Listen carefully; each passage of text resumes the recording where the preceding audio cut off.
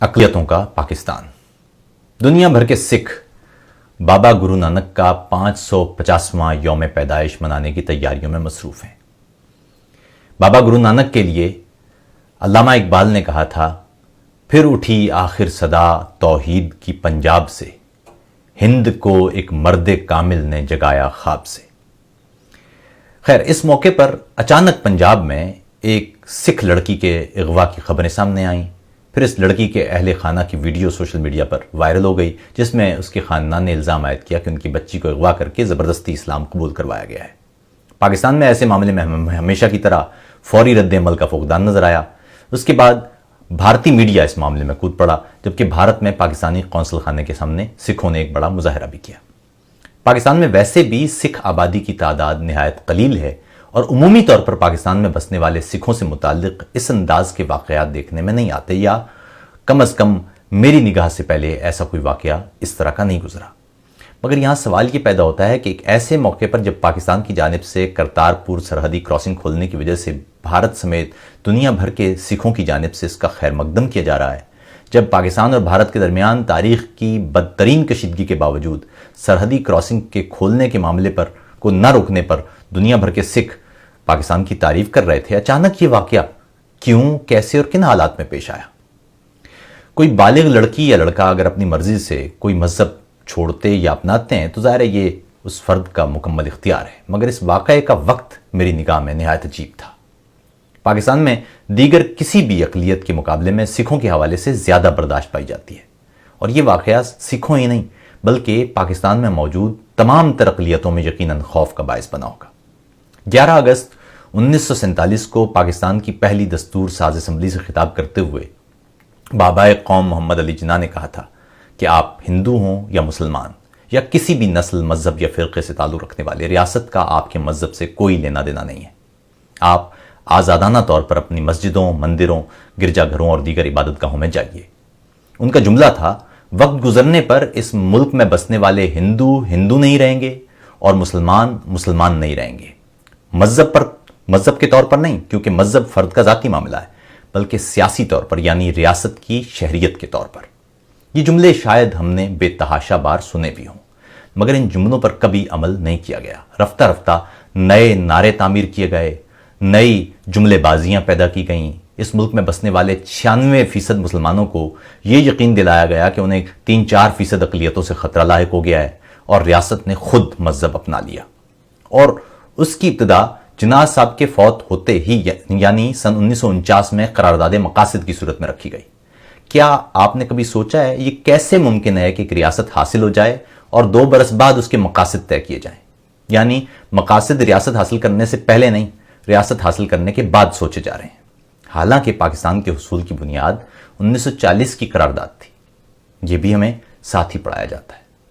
پھر پچھلے 40 سالوں میں ملک میں ڈالروں کے عوض جس انداز کی شدت پسندی پیدا کی گئی، اور ایک زبردست قوت جسے ملک کی ترقی کے لیے استعمال کیا جانا چاہیے تھا، یعنی نوجوان، انہیں نصابی کتب، میڈیا اور دیگر ذرائع سے پروپیگنڈا کی مدد سے شدت پسندی کے طوفان میں دھکیل دیا گیا۔ پاکستان کی 60% سے زیادہ آبادی 30 برس سے کم عمر کی ہے، اور ایسے میں معیاری تعلیم، روزگار اور صحت کے مواقع پر کام کرنے کی بجائے سستے نعرے فروخت کر کے نوجوانوں سے سوچ، فکر اور سوال چھین کر انہیں ذہنی طور پر اپاہج بنانے پر توانائی صرف کی گئی۔ اس کا نتیجہ ہے کہ اس کا سب سے زیادہ اثر ملک میں اقلیتوں پر دباؤ کی صورت میں پڑا ہے۔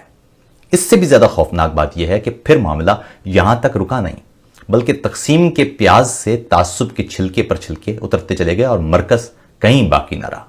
مذہبی اقلیتیں تو ایک طرف، مسلکی اور نسلی اقلیتیں بھی اس سے بری طرح تباہ ہوئیں۔ اب حالت یہ ہے کہ آپ سندھ میں کسی ہندو کے پاس جا بیٹھیے اور اس کی بات سنیے، وہ آپ کو اپنے خوف سے آگاہ کرے گا۔ احمدی برادری کی حالت آپ کے سامنے ہے۔ لفظ قادیانی باقاعدہ طور پر ایک گالی کے طور پر استعمال کیا جاتا ہے۔ نظریاتی اور مذہبی اختلاف ایک طرف، مگر اس برادری کے حقوق کے لیے تو بولنے والے تک کو دائرہ اسلام سے خارج قرار دے کر قادیانی پکارا جانے لگتا ہے۔ ادھر ہندوؤں کی حالت عجیب حالت ہے۔ جو پاکستان میں ہیں انہیں بھارت کا ہندو سمجھا جاتا ہے، اور یہ بیچارے کسی طرح سرحد عبور کر کے ہندوستان پہنچ جائیں تو وہاں انہیں پاکستانی کہہ کر شک سے دیکھا جاتا ہے۔